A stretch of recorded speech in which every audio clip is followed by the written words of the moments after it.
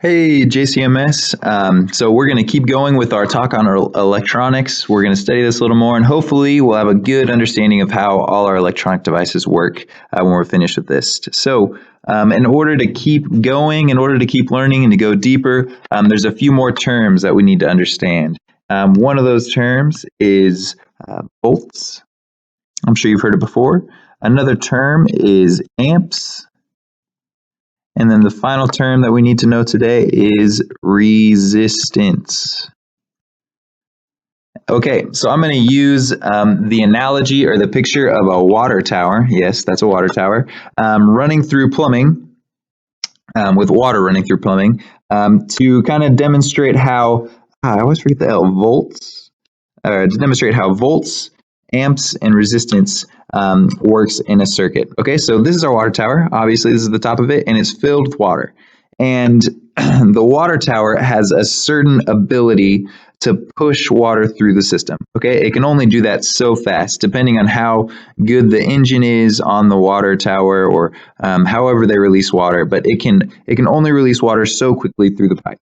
That is the equivalent in our image of volts. Okay, so we are using little 9-volt batteries, right? 9-volt batteries, 9 volts. And they can only push a certain amount of electrons through them, and that is measured in volts. So how well a battery can push electrons is measured in volts, and that's the same as a water tower pushing water through pipe. Now, when your water tower, good old JC water tower, pushes that water through those pipes, if nothing is slowing it down, that water is going to move really, really fast through there. So that's the water is going to move really fast through those pipes, and it's going to go through them and up to your homes, where you can drink it, to where you can take showers, where you can use the bathroom, you can water your lawn, you can do all these things with your water, because the tower is pushing water through. Okay. But when we do those things, when we water our lawns, oh, I'm moving the whole thing here. Give me a second. When we water our lawns like this, or when we take showers or anything like that, we're actually slowing down the water flow a little bit, right? So the water's flowing through and it comes up to your house and you're taking a shower, and that water has to go into your hot water heater and then up through the pipes into your shower, and it's got to be pushed through that.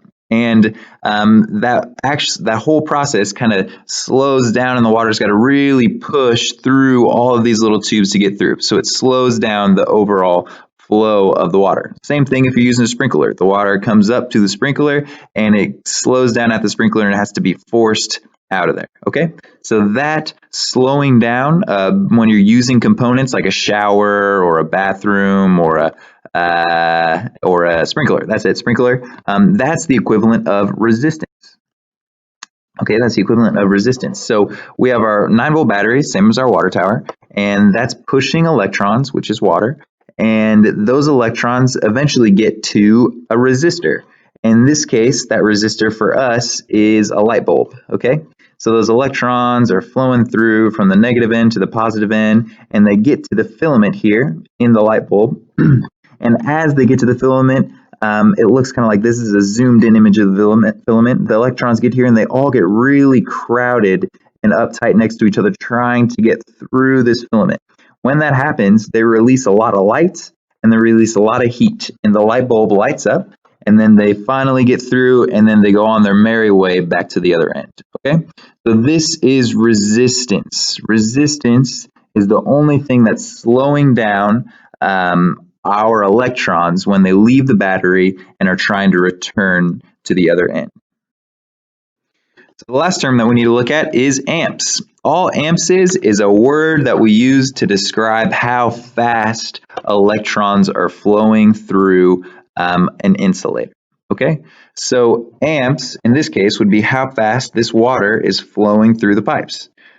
So if there are no resistors, if nobody's taking a shower, nobody's watering the lawn, nobody's using any of this water, but it's still flowing through, then the water is going to be able to flow really quickly. And in this case, we would have a lot of amps. We would have high amps. Okay. If every single person is watering their lawn, and you're taking a shower upstairs, and your little brother's taking a shower downstairs, and you guys are running the sink and all these things, then we're going to have a lot of resistance, right? So that means that the amps are going to be lower in this case, or the current is going to be more slow moving through here, and it's going to go up like this and come to here and go to here, and your water pressure might be a little lower, right? Your shower won't shoot water at you quite as quickly.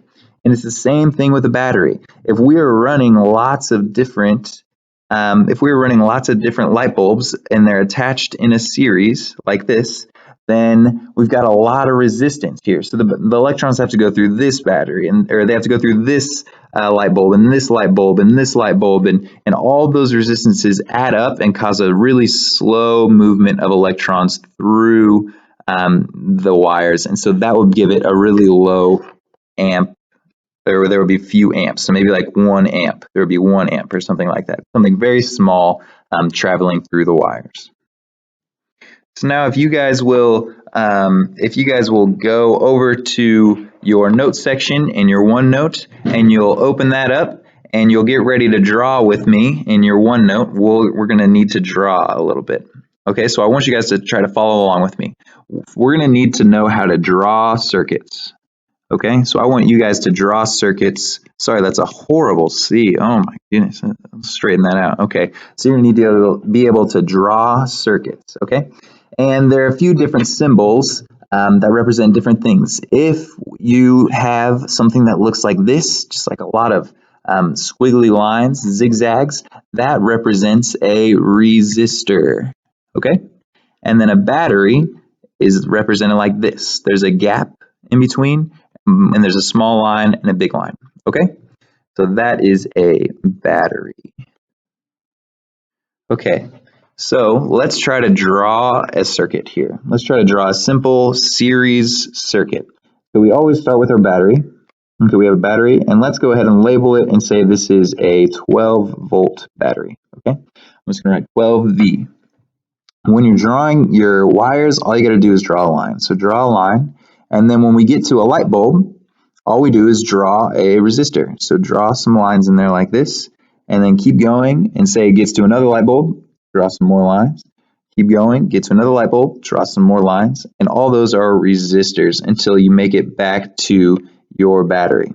It always has to make it back. So you have to make a complete circuit for the circuit to work. So hopefully I'm walking around and helping you guys as we do this, as you watch this, but now we're going to draw 2 different kinds of circuits. So I'm going to split the screen down the middle here, and we're going to have a series circuit on this side, and we are going to have a parallel circuit on this side. Oops, spelled parallel wrong there. That's why I don't teach English. Okay, so back there on the vocabulary wall, you should see 2 examples. One is a series circuit and another is a parallel circuit. So you can use those if you get stuck, but hopefully I'll be walking around and helping out too. So the difference between a parallel and a series circuit are that a parallel circuit has all of its resistors. All of its resistors can take their own path. So what I mean by that, we have our battery, and then we have some wire, and we're going through, and we come down, and we've got a light bulb here, or a resistor. And then it comes through, and it meets back with the battery. And so this resistor can take its own path straight through here. But if we make this a little more complicated, in the same circuit, if this wire keeps going, we have another resistor here. It can also take its own path, okay? And this will make it a little more clear. It can also just go ahead and meet up with this guy right here, okay? And so you do that again, and you have another parallel series in your circuit, okay? So that's they're all parallel to one another. So this is independent of this one, and this one's independent of this one, and this one's independent of this one. A series circuit means that when the electrons are flowing through our circuit, the electrons have no choice but to go through all of the resistors. Okay, so in this case, the electrons can choose, in the parallel, the electrons can choose to go through this one, or they can choose to go through this one, or they can choose to go through this one without ever touching the other resistor. But in a series, they have to touch all of the resistors. So the resistors are in a series, right? The electrons are flowing through, they're flowing through, they're flowing through. They get to this one, they have to go through. They get to this one, they have to go through. There's no option. There's no other way that they could go. They get to this one and so forth. So that's the difference between a parallel and a series circuit.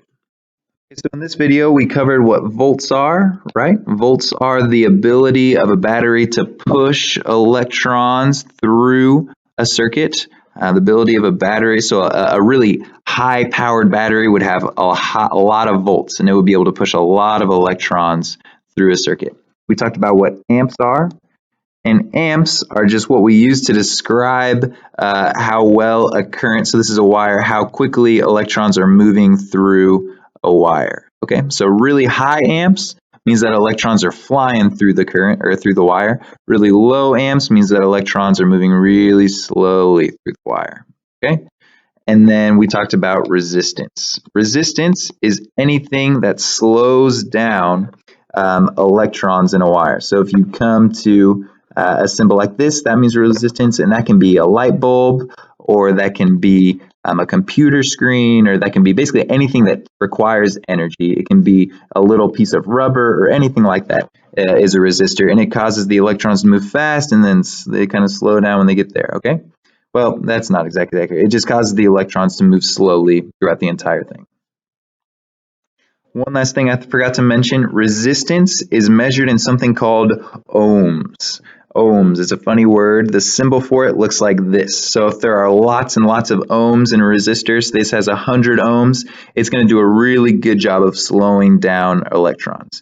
If it's very few ohms, so like 2 ohms, then it's not going to do too much damage in slowing down the electrons.